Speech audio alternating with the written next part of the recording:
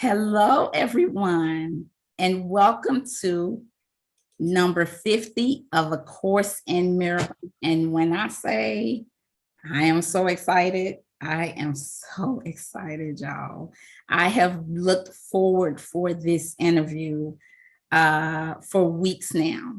Today's lesson is I am sustained by the love of God. I am sustained by the love of God.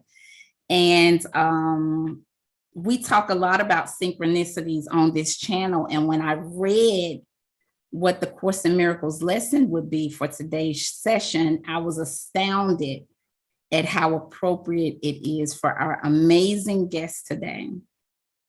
Today, everyone, I'm honored to have two very powerful guests join us to share their incredible journey from unthinkable tragedy to the truth and safety of God's love. Jeffery Olsen and his son, Spencer, their dynamic story of power and resilience will remind all of us of our own truth and divinity. Through their incredible example, we are able to perceive the God that is within each and every one of us. So thank you so much, Jeff and Spencer, and welcome to Thank you for having us. Yes. It's such an honor. It's such an honor. And I love the lesson today. I mean, that almost outlines everything that we've experienced and the conclusions we've come to. So thank you. Yes, no, I told you when I saw what the lesson was, tears came to my eyes. I'm like, wow, God, God, we are still figuring out how big God is, and how present God is, how it matters to him, the little details. So anyway, I wanted to get started, and and now, as I was telling you, Jeffery, I was amazed at your story, and it just impacted me on such a personal level. And I knew in my heart that I wanted to have you join our show. So to have you and Spencer with us today, I'm just in heaven. Okay, I'm in heaven. So whenever you all are, I have tons of questions. So whenever you all are ready, we would love to hear about your impactful journey. Well, why don't I dive in, and I'll just kind of set the foundation briefly. I mean, as you know, Loretta, we could talk all day long and into the evening if we chose. But Spencer and I were involved in a horrible automobile accident, and it's been 25 years ago. Spencer was a little boy. He was 7. And myself, I was 33 years old. The whole family was in the car. And we had this horrific rollover accident at high speeds on a lonely stretch of highway down in southern Utah. And at that time, I blacked out for the crash. But when the car came to a stop, the first thing I heard was Spencer crying in the back seat. 7-year-old child. He's a grown man now, but at the time, a 7-year-old child. And gosh, my first initial reaction is, I've got to get to my son. I've got to get to my boy. It was that cry a father recognizes as he may be hurt, but he's okay. I got to get to him. Yes. That's when I realized I could not move. I was pinned either to the floorboard or the seat. I couldn't tell. There was the broken glass everywhere. There was the rancid smell of gasoline. I was unaware of my injuries. What had happened to me is both of my legs had been crushed. My left leg was eventually amputated above the knee. My back had been broken in 2 places, ironically not damaging the spinal column, which was a miracle. I could still move. My right arm had nearly been torn off. My rib cage had been damaged. My lungs were collapsing, and the seatbelt had cut through and ruptured all my intestines. I was not in a good place physically. I wasn't aware of the injuries. I just wanted to get to my son. I could hear him crying, but that's when the reality hit that no one else was crying. And I knew, as did Spencer at the scene of the accident, that my wife, Tamara, and my youngest son, Spencer's little brother, had passed. Now, in the brief Reader's Digest version, I suppose I was killed in the accident as well. I left my body in that darkest moment. I was embraced by a tangible light. It felt as if I was rising above the accident scene. And suddenly I was okay. In fact, I was gloriously okay. There was no pain. There was no, I could breathe. Everything was all right. And my wife, who I knew was deceased at the scene, she was in that light with me. And we had a conversation. She was emphatic that I go back. She kept saying, Jeff, you can't be here. You can't be here. You've got to go back. You can't come. You've got to go back. And we had the conversation that if I stayed with her, Spencer, as a 7-year-old, would be orphaned. And we made a choice. Now, I won't get into all the details of this. I had profound experiences out of the body, both in the hospital. I was able to encounter my youngest son who had passed. I was even held in the arms of the divine, of God. When you talk about I am sustained by the love of God, I had an experience while out of the body that literally connected me in a way to that unconditional love, the love of God, the unconditional love of God. God is love. And those are just words. Words are inadequate for what I experienced. And yet I came back. I made the choice to come back and to raise our son. Now, Spencer, on the other hand, was only 7. And Spence, we'll be turning it over to you here in just a minute. Spencer was only 7 years old, and he didn't have any of those experiences. He was in a horrible accident. His mother was killed. His little brother was killed, and his father, me, would never be the same.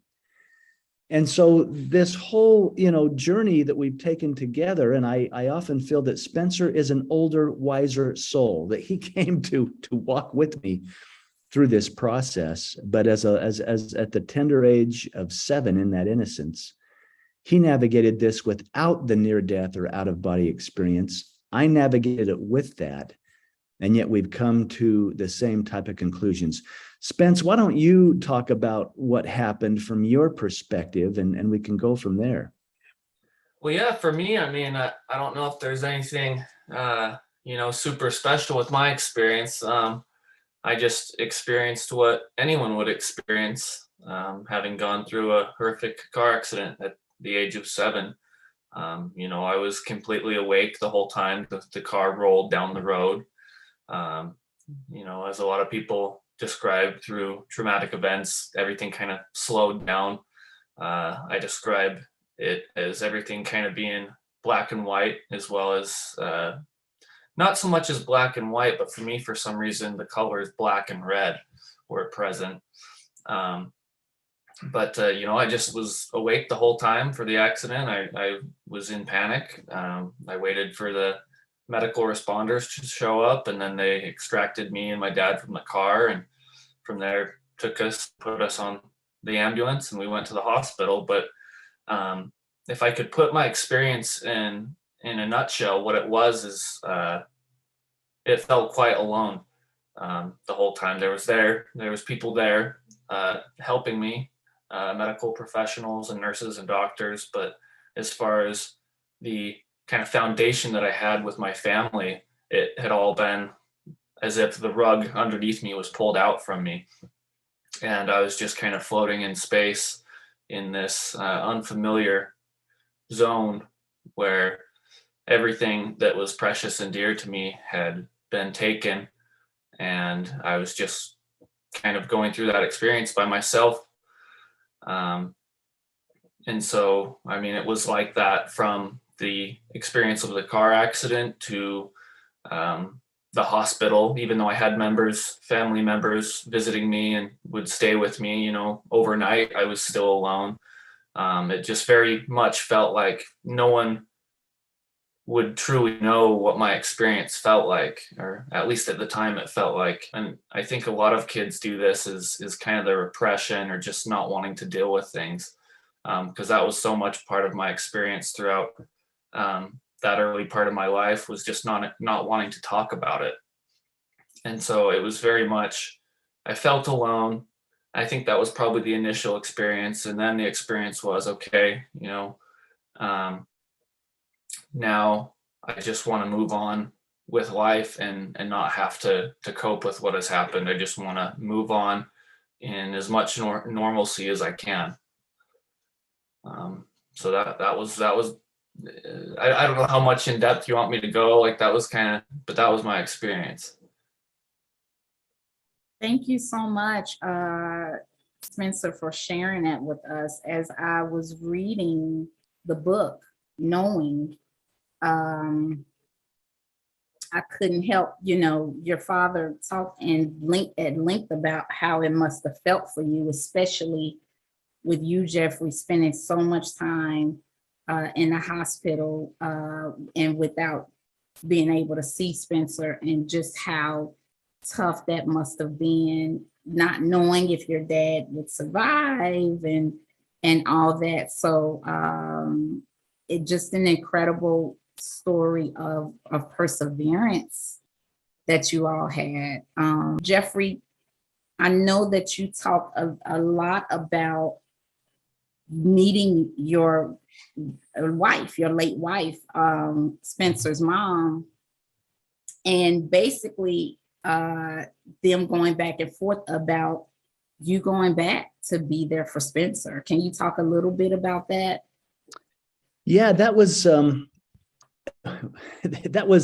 I learned a lot about choice. That was incredible, and it everything that I experienced changed me. I mean, not only I used to be athletic, I was a Division I athlete, and I was and suddenly I was coming home in a wheelchair, with the colostomy bag and one leg and all the injuries. But in saying that goodbye and making that choice, I wanted to stay.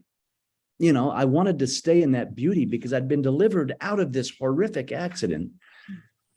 And yet what brought me back was the love for my son, the love of a child. It's like, yeah, I can't leave him. And of course, Tamara, my wife, was very emphatic. You got to go back. I mean, for her, there was no choice. But here's the key thing in talking about that. Number one, wow, I left my body.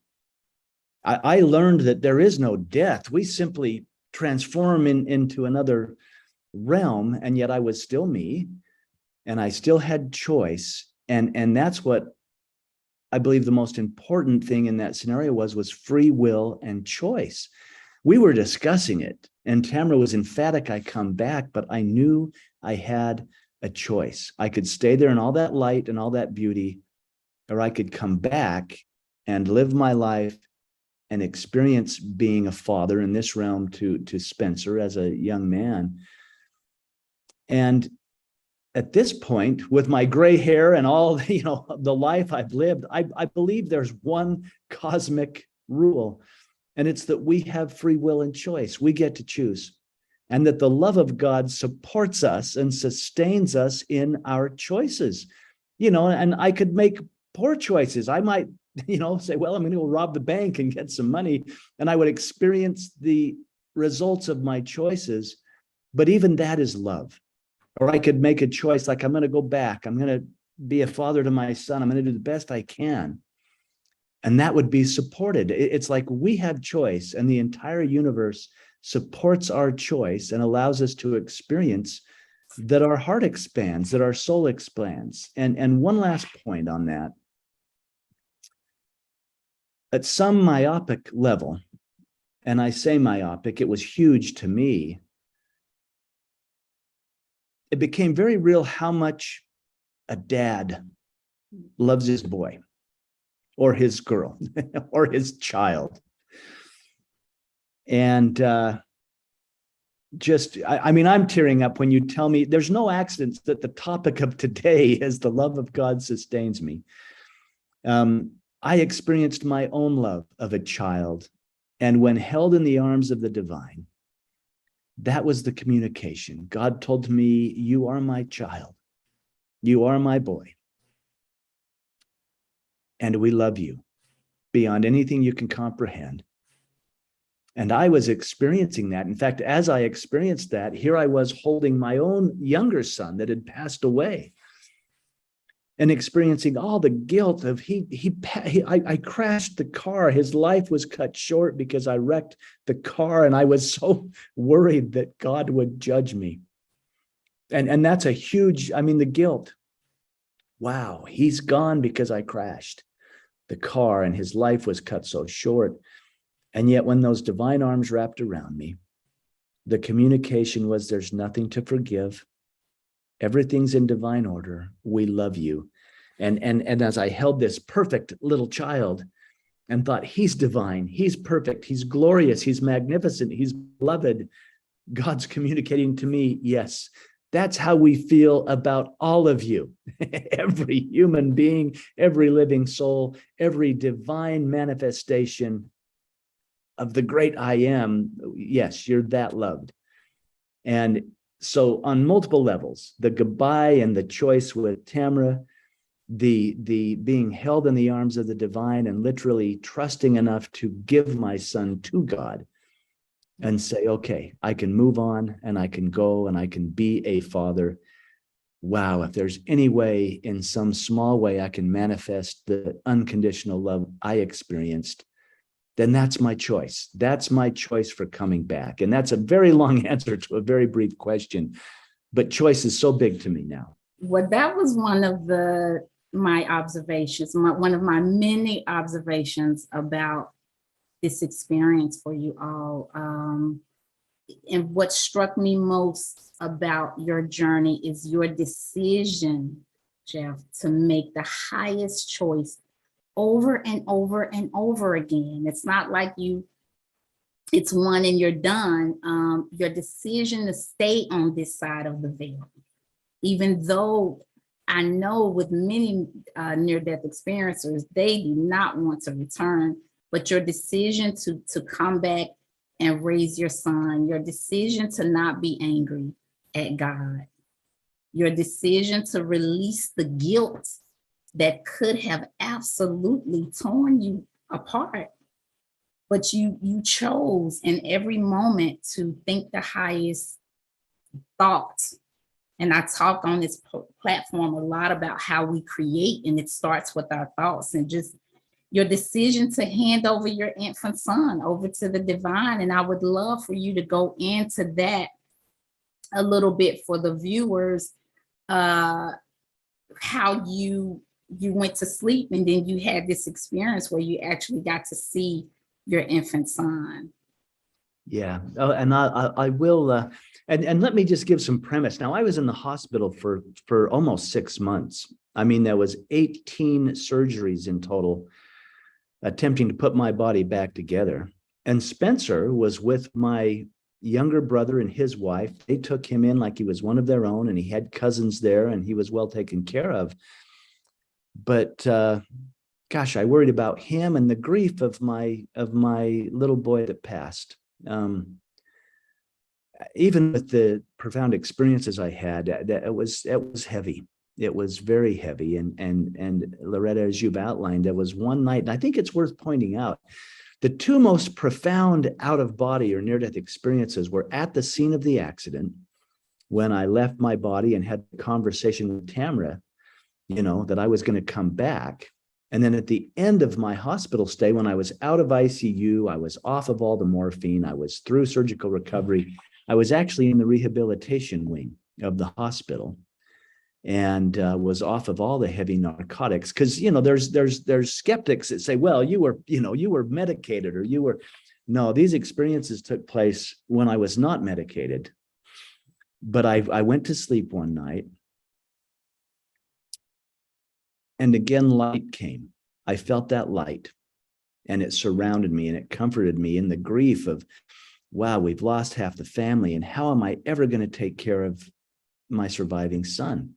I was in a wheelchair. What was I going to do? It was, But in that sleep, when the light came, it was this comforting light, and it felt as if I was rising above the hospital bed again. There seemed to be a lift. But this time the light dispensed, it went away. And I was in the most glorious, beautiful place. And I began to run. I was running. I don't run in this life with the injuries to my back and hips and legs, but I was running. And it was such a physical experience. I could feel everything as if it was more sensory than even. I could feel the energy of the ground beneath my feet. I could feel the intelligence in my feet and calves and thighs as I ran. And I was so joyful. People say the other side or the spirit world or heaven. And the only word that comes close to what I was experiencing is I was home. I was home. I was so welcomed. It was so familiar. I was home. And then I felt this divine, presence around me. And I got the message that I wasn't there to stay. You're not here to stay. And at that same time, there was this corridor off to my left, and I knew intuitively I'm to run down that way. And I did. I made my way down the corridor, and at the end of the corridor was a crib. And Griffin, Spencer's little brother, my youngest son, was still sleeping in a crib at the time. He was only 14 months old at the time of the accident. And I raced to the crib, and I looked in, and there he was. And he was perfectly whole and gorgeous. And I don't know if you've ever picked up a sleeping child, but as I saw him, I swept him up. And that there's a weight and a heat. All of those physical senses were there, and I held him next to me, and I could feel his solid body against me. I could feel his heart beating. I could feel his breath on my neck, and I leaned over and I smelled his hair. All the senses were magnified, and I thought, it's my little boy. And I began to weep. I began to cry, thinking I'm literally holding my little boy. And that's when this presence became so powerful behind me. And it was moving closer and closer. And the guilt began to come up. The guilt of, oh my gosh, that's God. And I'm in trouble. This little boy is here because I crashed the car. That the guilt was very heavy. And as I outlined, these feelings were coming up, and the presence moved closer and closer. And this felt physical too.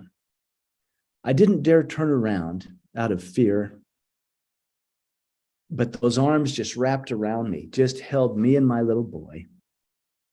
And it's like we melded together. It's like we became one. Suddenly, and I couldn't say this for years, but it's as if I became God. Suddenly we were one. I was seeing things in a whole new perspective.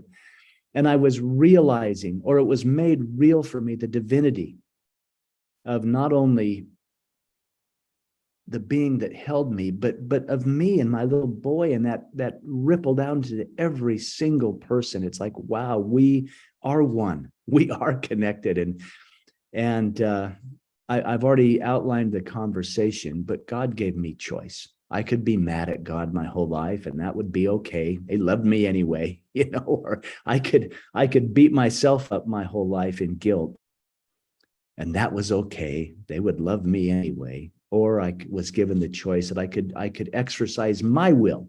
Now, this threw me off because I grew up in a conservative Christian home. It's not my will, it's God's will be done, right? And when God said, I want you to exercise your will, I want you to have your will in this. And I said, how can that be? It's your will be done. And God said, my will is your will. That's how much we love you. My will has always been that you have free will. And in this beautiful, perfect moment, you could choose to give your son to me. So you don't feel like he's taken away. You can choose to hand him over in trust. And in all that beauty and all that love, I was able to kiss my little boy and give him to God, hand him over to the divine. And there was so much love and beauty. And this is what's been difficult. I got those experiences. So many don't. My own son, Spencer, never had an experience like that. He lost everything I lost and didn't have the experience. And so it's been a real interesting journey. And yet he's taught me so much in his way of being. But that's what happened when I handed him over, and you know, Spencer didn't have those experiences. As he became an adolescent, a young man, he's like, Dad, I don't get it. I was a little boy and I prayed to God every day just to see mom, just to feel her, just to have my little brother in my presence, and it never happened. And that was a heavy thing for me to carry too. And I asked God, I still pray. I'm like, God, give him something, give him anything. And God said to me, I don't profess to talk to God every day, but in this dark night of the soul, God said, why are you judging your son? Don't you know you're having your experience and he's having his experience, and they don't have to look alike. He's having the perfect experience for his soul. You're having the perfect experience for your soul. Your job, Dad, is to love him unconditionally, like the love you've experienced. And that's what I attempted to do. Now, Spencer can tell a different story. And Spencer, I want you to chime in here. You know, I had all the follies of a father. I probably made bad choices and did stupid things, but I did the best I knew how to do with what I had. And Spence, I don't know what that was like for you, but. Well, I was going to say, you know, I think we all have our different experiences so that we can learn from each other. That's why we have different experiences. Yeah, sure, we shouldn't judge someone else's experience, but I think we have different experiences so that in sharing and in communicating with each other, our understanding can be furthered and we can see maybe a bigger picture as we put the puzzle pieces together. We do have different experiences. I was able to learn from my dad's experience, you know, and I'm sure a lot of other people who have had no profound experiences can learn from you sharing your experience. And, you know, I just had to put aside my jealousy and, you know, just understand that we all have our own experiences. We can all learn from each other. And for me, it was just, you know, it was a journey of trying to figure things out and understanding that, you know, you've got to move forward regardless. You can't wait on an experience that might never come. You've got to just make your way forward with what you've got. And also, for those who may be looking for answers, I think sometimes we are so set in looking for a very specific answer, like me, who I was looking for, you know, to literally see my mother in front of me or to see my brother in front of me and have them speak with me.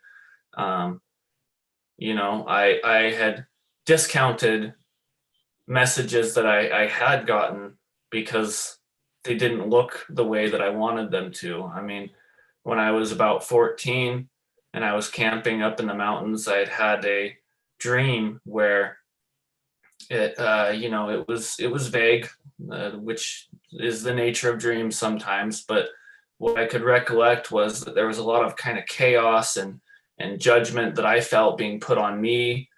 And what came through all of that, what kind of just shattered that and blew all that away was the fact that my mom came to me in that dream and basically communicated to me that she loves me and that she's with me and, you know, she'll always be with me and, you know, she'll love me no matter what.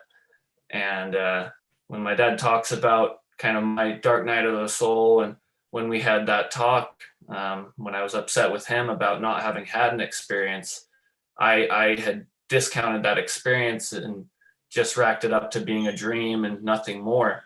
And so I think when we're looking for something, we need to look at everything and we need to look at the little things because we may have messages that are coming to us that are meant for us. And it might be too easy if we just wanted something very profound and, you know, hard to deny. Maybe that's part of the journey of life is finding how we receive messages and working for it a little bit. And so, you know, I've gone forward now in life trying to see the messages and being open to them, and just being open to all the possibilities. But it's in the small and little things, I think, that we can get our messages, and we just got to be open to how we're going to receive them. Yes, it is. And I wanted to ask you, Spencer, how, when you got, of course, when you were a child, you had to process it on your own time. But when you really began to really know the story, right, of your parents and interacting with each other after the accident, and your mother saying, no, you need to go back and raise your son. How does it feel to know that even in the spirit world, your parents were fighting for you? It's overwhelming. I'm overcome with a love for my father, and just to, a part of me wants to say, like, well, I'm not that special. Like, you can do what you want. But the other part of me is, like, as a child, was just so kind of helpless, and was just glad to have my dad. And I think, we had that dark night of the soul, but I think in a lot of ways, me and my dad are like brothers. We're partners. Like, we're kind of helping each other walk through this life.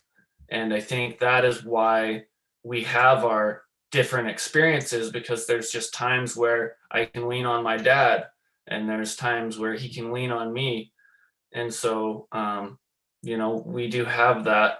And I think, I don't know if you asked this specifically, but I don't know when it was that I came to know the full story. I know shortly after the accident, my dad kind of shared with me what had happened, but I don't know, and he might be able to jog my memory, but I don't know in what detail he went. But it was just, he had shared a few things with me, and we had talked about it, but I didn't want to talk about it when I was a kid as much. Like I said, I wanted to move on and get back to normalcy. So I may have not allowed a space in which we could talk freely about it. Well, I wanted to, if I may, because I told your dad earlier that I'm in love with this book, knowing everybody get this book, y'all.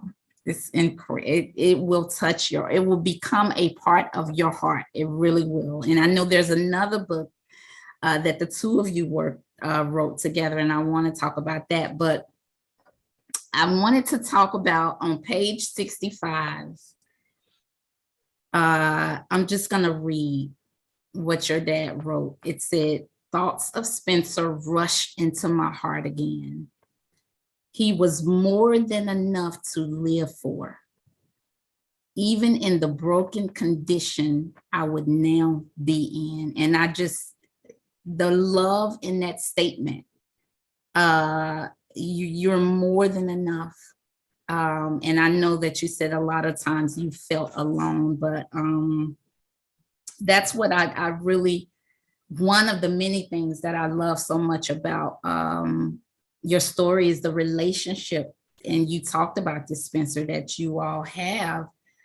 Sometimes it's hard for me to get my teenagers to even just walk and look at the stars at night with me. They'll entertain me, but just to see the relationship, it brings me to tears. I'm proud of it. It's incredible. It really is. It's impactful, even in your adulthood, that the two of you are still creating, and that the mutual respect that you have for one another, it blows me away. Spencer and I have collaborated on this new book, which we'll talk about. Where are you? Where are you? I mean, that was Spencer's question. The book was written from that innocence of a 7-year-old saying, wow. And whether it's where are you, half the family's gone. Where's my mom? Where's my little brother? Where are you, the divine? And where's that greater power in all of this mess? Or even the personal question of where am I? Where are you in this healing process? Spencer is a deeply connected man. When I came home from the hospital, I'll tell this story and we can move on. I'd had all the experiences. I was still so worried about being a father in the condition I was in. And my brothers, and boy, my brothers, I don't know how I would have done this without family. I contemplate people who have to do things alone, that don't have those relationships, and I don't know how they get through it. My brothers about lost their jobs to come to the hospital and look out for me. And they're the ones that brought me home, and I was going actually to my younger brother's house. I was not able to go home. I was going to continue home health care and had physical therapists and occupational therapists and still nurses coming in. And my brother had set up a hospital bed in an extra room he had. And anyway, they brought me home, and there was Spencer, and he's looking out the window, watching as his uncles, my brothers, are literally lifting me. They had to lift me and put me in the electric wheelchair. My left leg was cut off. My right leg was in a brace sticking straight out. My right arm was all in a sling, and all I had was the one left hand to drive this electric wheelchair. And they lift me out of the car and put me in it, and I can see Spencer looking out the window, and I'm wondering, how will he ever accept me like this? Had a big colostomy bag because of rupturing of my intestines. I thought, how's he going to, I was the rough and tumble father. How's he ever going to accept me? And my brothers were emphatic I'd do it myself. They'd put a ramp, and they wanted me to drive this electric wheelchair and get up the ramp. And as I began that, Spencer came running out the door, and he ran toward me, and he ran right past me. And I thought, oh, it's too much. He had seen me in the hospital bed, but now I'm on his turf. This is too much. And he ran by, and I began to navigate my way to get to the ramp, and I turned to go up the ramp. And I just looked over my shoulder to see where he went. And he had actually run across the street, and he was knocking on all the neighbors' doors. And he began to shout, come out, my dad has made it home, come see my dad. And I cry a lot. I burst into tears, and I realized that my judgments were not his judgments. And he did then, make the loop, and he came and climbed up on my lap. He actually threw himself on my lap, and it about killed me because I still had all the sutures from the abdominal repair. And we had an interesting conversation. I said, son, I'm going to be like this for a while, and I'm going to work really hard to get well. But are you going to be okay with this? And we still laugh. Here's this little 7-year-old boy, and he says to me, he said, Dad, if you were nothing but a puddle of blood, I would still love you. And I just held him. And here's the reason I share this. Suddenly, I had this huge epiphany. Here I was, all battered up, in a wheelchair, holding my surviving son, whose heart and soul had been shattered as well. And in that moment, that was no less divine than being on the other side, holding my son that had passed in the arms of God. I mean, being in the arms of my own son and experiencing his unconditional love was no less divine than experiencing God's. Being here in this realm, even in a wheelchair, and seeing the opportunity and the blessing of life to have the experience was profound. And it kind of I thought, wow, maybe heaven's right here. Maybe there's nowhere to go. Maybe there's nothing to become. It's simply to be in this moment and to experience life in its fullest, to be fully alive and to love fully and to trust fully. And that's one of the things Spencer taught me at 7 years old, that he didn't even realize he was doing or being, but he was being the unconditional love that I had experienced. And that, well, we still laugh about it. He's 6'2" and 31 years old now, but we laugh about, if I was nothing but a puddle of blood, he would still love me. And the injuries have taken their toll. We were working together yesterday, fixing up a little house, and my injuries are intense. And he's like, Dad, sit down, rest. I got this. And he's been doing that our whole relationship, starting with that 7-year-old boy that ran out and ran past me, but then came and connected and let me know that I was loved.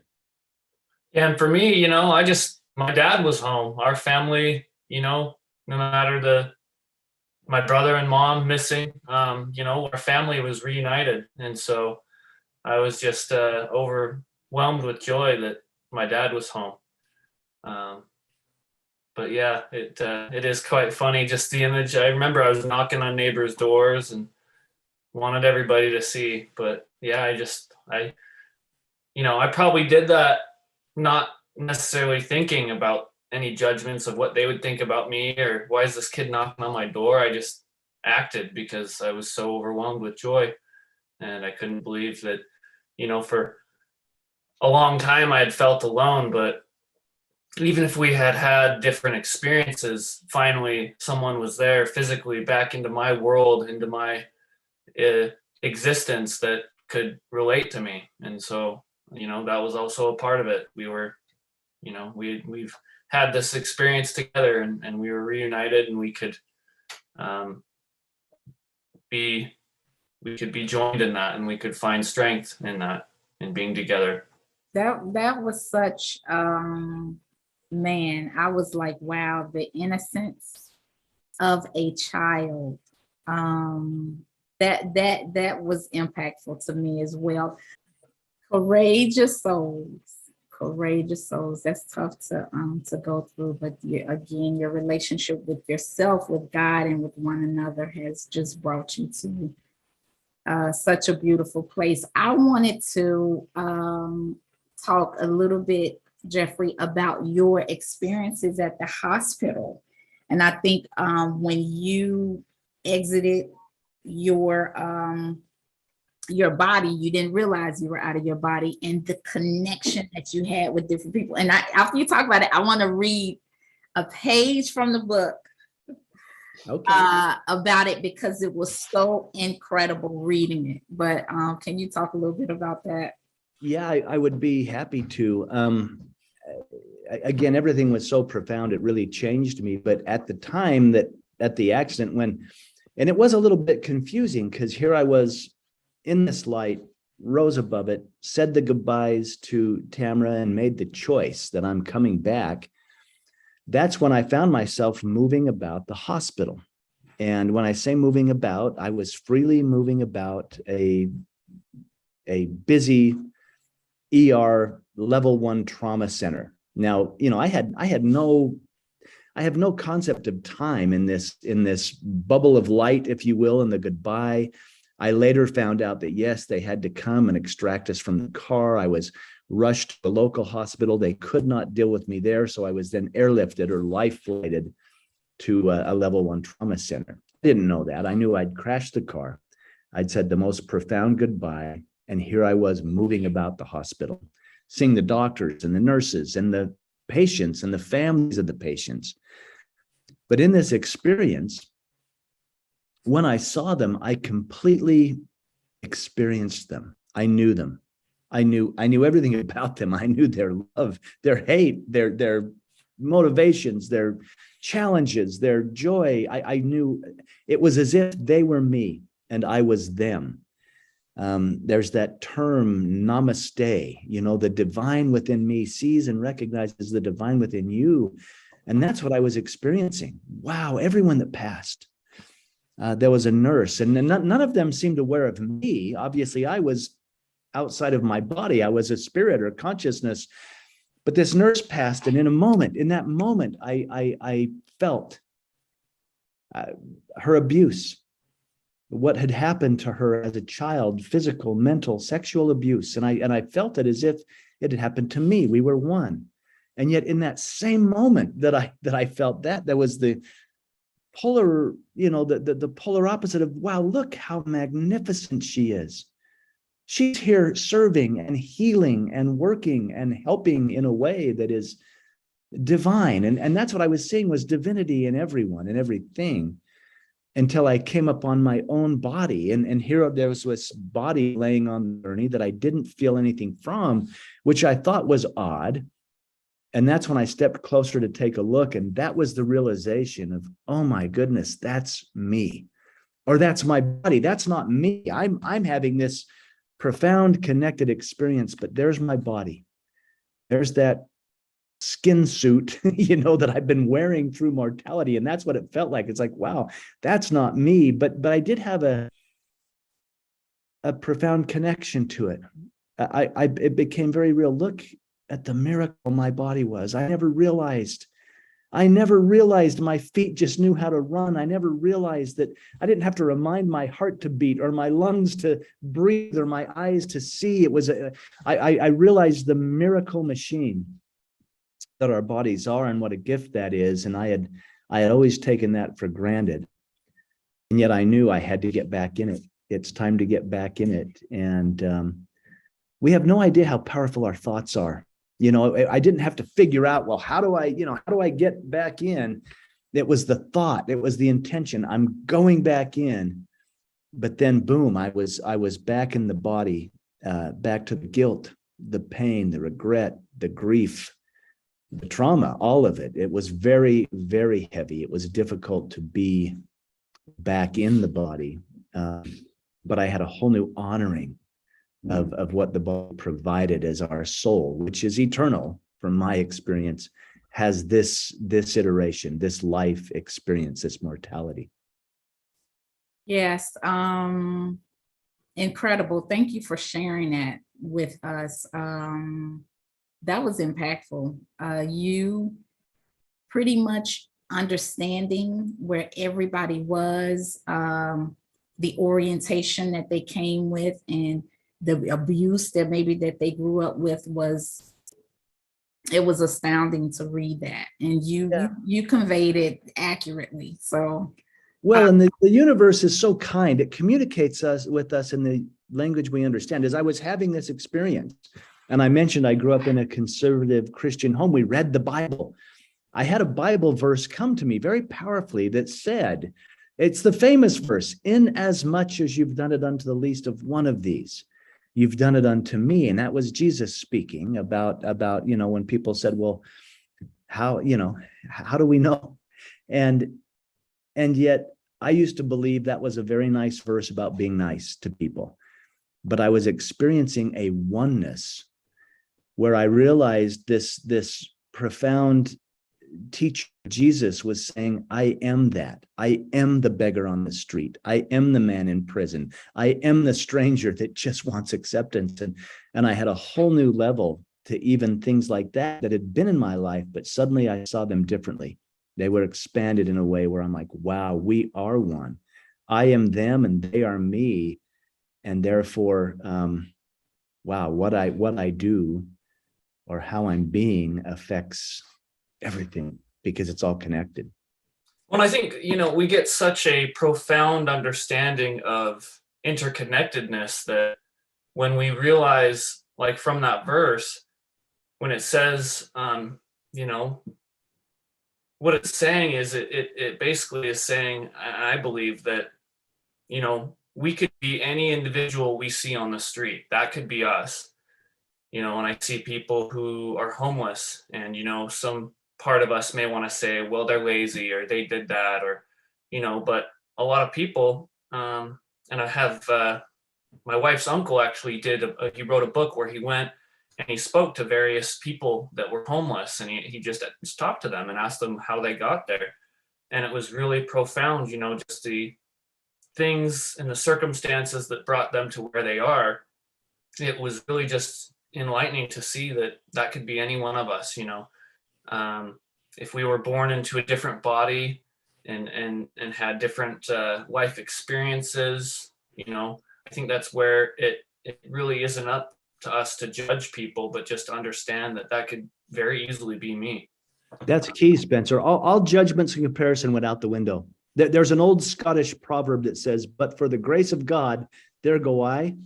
Had I not had the experiences I had, I may be that guy strung out on the corner wondering what's next. Yeah. yes, I'm glad you brought that up, Spencer, because that's another thing that that I know you've done, Jeffrey, and that you've done together is connecting with the homeless and not judging them and realizing, I think you may have mentioned in your book Jeffrey, that under different set of circumstances, without the support from your family, you could have maybe easily become homeless. I always hear about we're one paycheck away from being homeless, and I actually saw a video on your site where you did a project. Can you tell us a little bit about that? Because it was powerful as well. Yeah, that was boy, we didn't plan that necessarily. I was out, it was Christmas vacation, and we had a few days off of work, and I still work. I work full time. I have a job, and one of the fellows I worked with had a video camera, and he had worked at Sony Pictures, and we had talked about this at work. And the interesting thing is my prosthetic leg had broken. It was in the shop for repairs, so I was going around on crutches with one leg. And we thought, we should go do an experiment and just see, because we have a homeless population here, and I worked often at the Road Home, which is it's a homeless shelter, but it really focuses on getting people back on their feet again. So I was aware of the homeless population and what went on, and of course, I work downtown, and you see these souls that are having their experiences as being homeless. So I made a sign. I made a little sign, and all it said, it didn't say I wanted money. It didn't say I wanted anything. It just said I could use a hug. I could use a hug. And he went down with his video camera, and it was really incredible how many people just walked by and ignored me. They wouldn't look at me. They wouldn't acknowledge. And I had my amputation, and I was on crutches, and I was down there with my sign, simply soliciting a hug. And I'm sure people might have thought that was creepy. But here's the beautiful thing, and I'll never forget it. It was a young woman in a bright red coat, and she came out of, I think, Starbucks or one of the stores, and she saw me. She looked at me. And when she looked at me, suddenly she was filled with compassion. And she read the sign, and she came over, and she put down her drink, and she gave me a big hug. And then, and this is the key point, then everyone wanted to come hug. It took that one person. When you ask, gosh, what can one person do? What's the effect of one human being in their choice? When she let down her guard and she came and embraced me and hugged me, suddenly it changed the world. Suddenly everyone said, hey, yeah, he just wants a hug. And so we videotaped that, and we did a little piece and put it out on YouTube. And we had, a lot of people have seen that now, but that was an interesting thing. And I realized, wow, we need to acknowledge each other.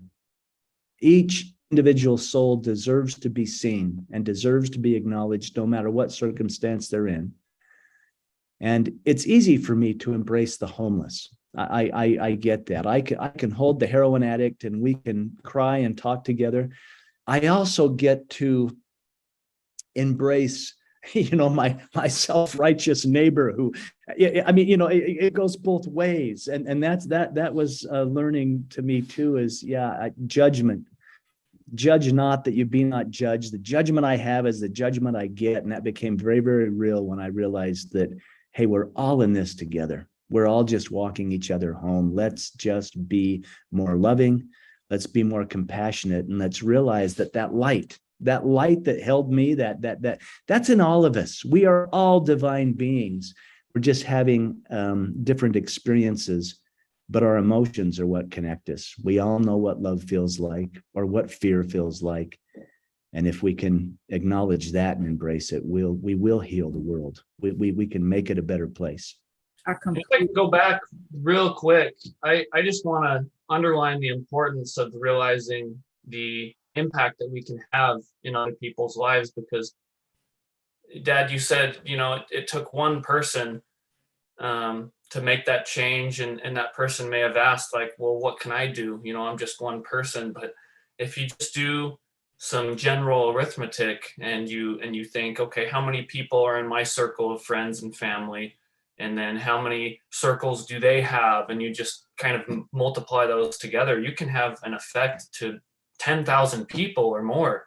And so you may think that you're just an insignificant soul, but you and how you live your life ripples out.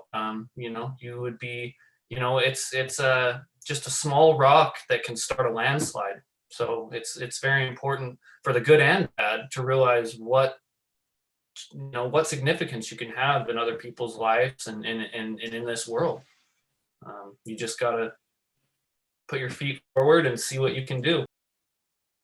Yes, yes, that's beautiful. That's beautiful. And I also heard, Jeffrey, when you encountered a homeless man and you were about to give him money, but you had this moment where you're like, let me give you a hug, and how the two of you in that moment just really, it was how just much of a powerful experience that was.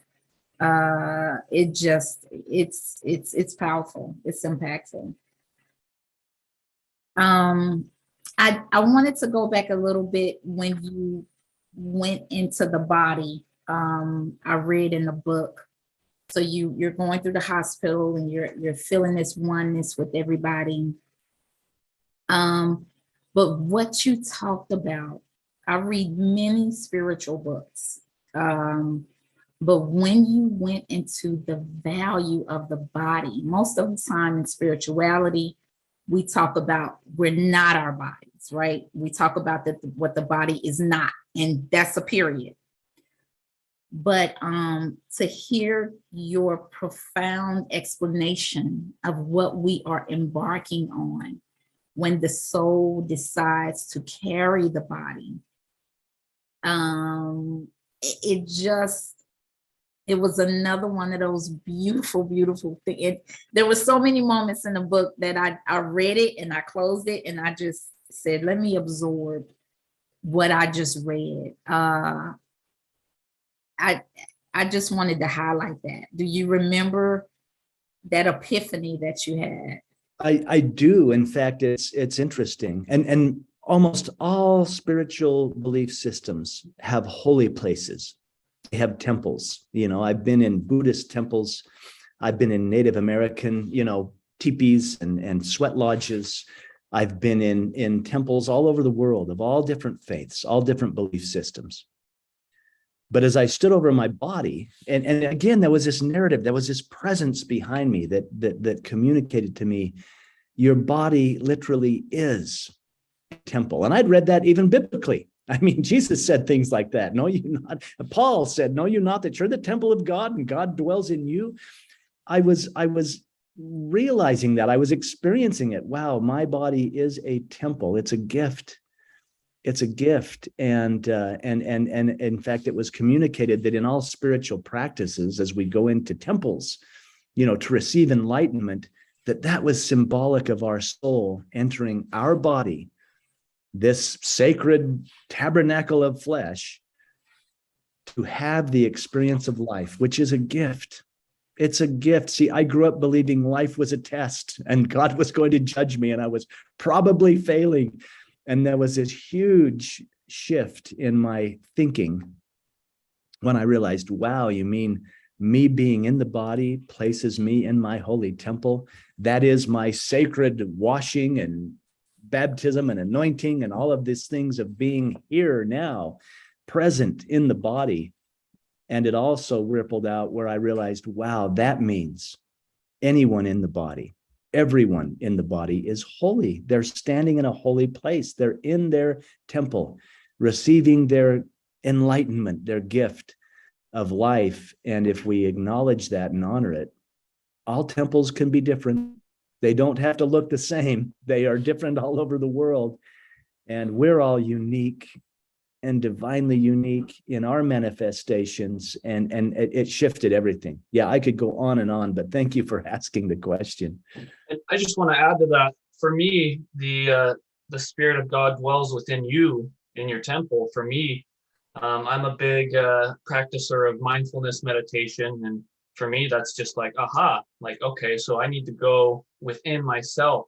I have to, when I become aware of my own thoughts and my emotions and how I may act on my thoughts, even though, the brain is kind of like a stage that just plays things. And it's not like I chose to think of what I just thought about. It just appears spontaneously. When I go within, and if I am able to not control my thoughts, but just be aware of them and see how they may influence my behavior, and start to recognize that, and then to just choose how to behave or how to react, instead of just being, thrown about by my emotions or a thought I have and then I act on it. I can then, when I essentially have more control over myself, or I'm at least aware of it and then can react in a different way, that's when we can interact in a better way in the world, and we can start to reach out to help others. But it's not truly until we put on our own oxygen mask, so to speak, that we can then reach out and help others. And so, yeah, just go within, because there's, I talk about the small and little things that we look for to receive messages from God or from loved ones, or just messages for ourselves on how to live our lives, or choices to make that we might not be able to have facts or things to back up, but it's just a feeling and intuition that we have. We have to go within to get those answers, and to kind of quiet everything else, quiet all the noise, and just get in tune with that. And so that is beautiful. That's beautiful, Spencer. And that actually goes into one of the questions that I was going to ask you. I know that you said that, when you were a child, you would often hear, people would say, well, your mom and brother are in a better place. And you kind of felt like it was almost like a Band-Aid, right? Mm-hmm. I wanted to ask you, and I think you just answered it, how spirituality, right? Not only the near-death experience, but also meditation and all those things, has that changed? Instead of having that Band-Aid, has it healed those places in you? Well, I've gone through kind of coming to understand grief a little bit more recently. I just lost my grandpa, my mom's dad. And, I've learned a lot of things from that, just as far as reaching out and staying in touch with loved ones and family members, to understanding that thought of, they're in a better place now, and how that can really feel like a Band-Aid. And it doesn't allow you to grieve fully, I think.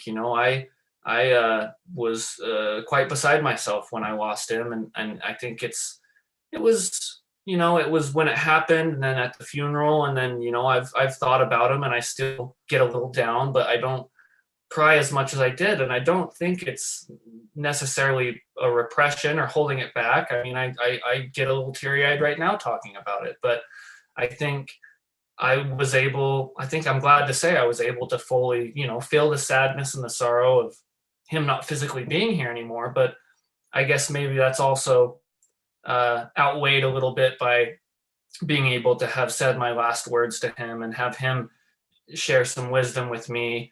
And man, that was really profound, actually. His last words essentially to me were, remember who you are and who you could be. And that's going to be something I'm going to try and incorporate and live up to in my life forever. As long as I live, I'm going to do that. But yeah, that question of they're in a better place now, I think that can be a Band-Aid, and we need to allow ourselves to cry and maybe quite be beside yourselves. I mean, my stepmom at the funeral asked me, she said, are you okay? And I kind of almost got a little bit in my head and judged myself. I'm like, oh, am I okay? Am I crying too much? But we need to allow ourselves to grieve properly and feel those emotions and go through it, because I think otherwise you're gonna have to deal with it later. I mean, and as a child with the accident, that was different. I don't know if I could fully grasp what had happened, and I don't know if I have yet to this day, but I think I do have much deeper and a further understanding and an ability to, and I have worked through that. But yeah, we don't want to just Band-Aid it with a statement that's, kind of washes it away and doesn't allow you to feel what you might be feeling.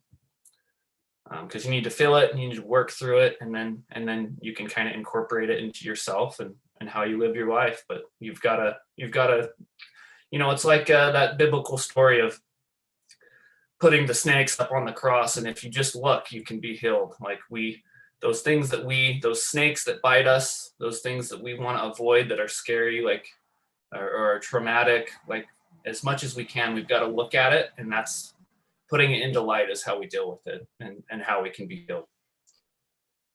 Yeah, I completely agree. Did you want to add to that at all, Jeffrey?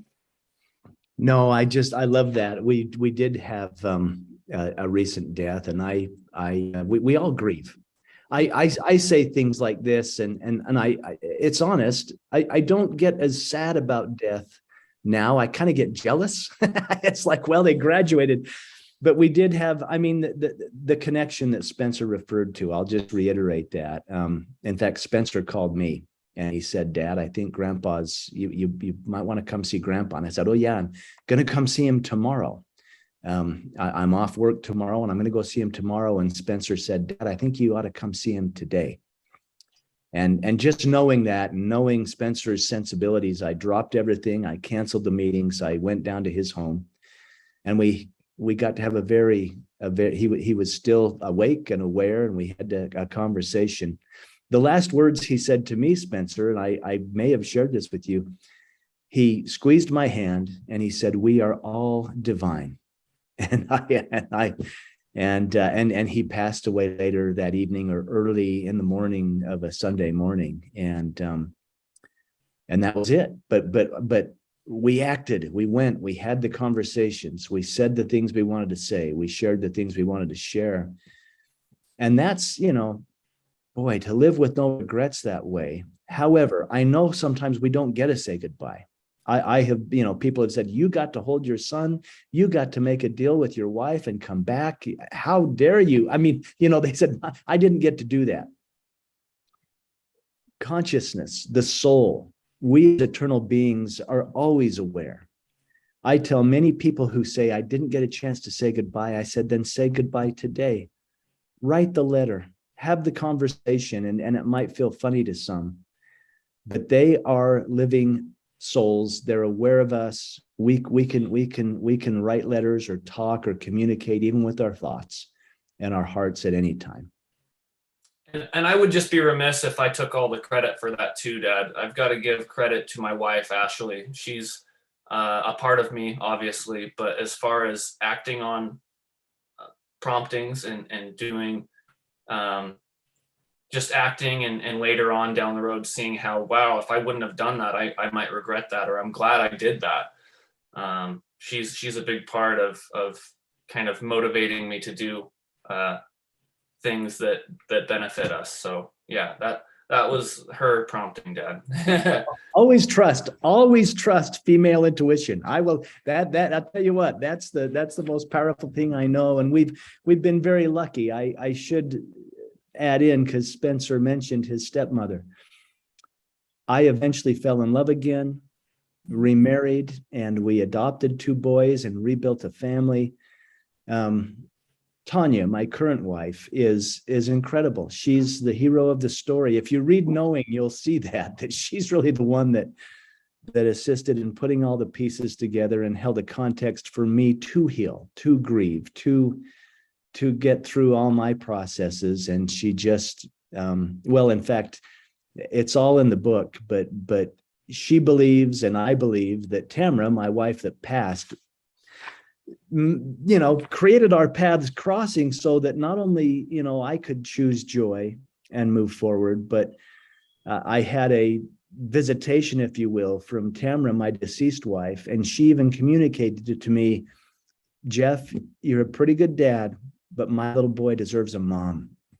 Wow. And move forward in this relationship and take a risk and love again and choose joy, so that Spencer can have that female influence, that divine feminine influence in his life. And that's been a great thing in our lives as well. Yes, I definitely thank you for bringing that up. I wanted to talk about Tamara. I wanted to talk about Tanya a little bit. So can you guys stick around a little bit longer for a few more questions? We're here. We give such long explanations and responses. We're here as long as you need us, Loretta. And I love it. I love your explanations. I'm loving this conversation. So if anybody wanted Jeffrey and Spencer's information, I'll have it in the description box but we're going to come back to part 2 of this beautiful conversation with Jeffrey and Spencer Olsen. Love y'all. See you in a minute.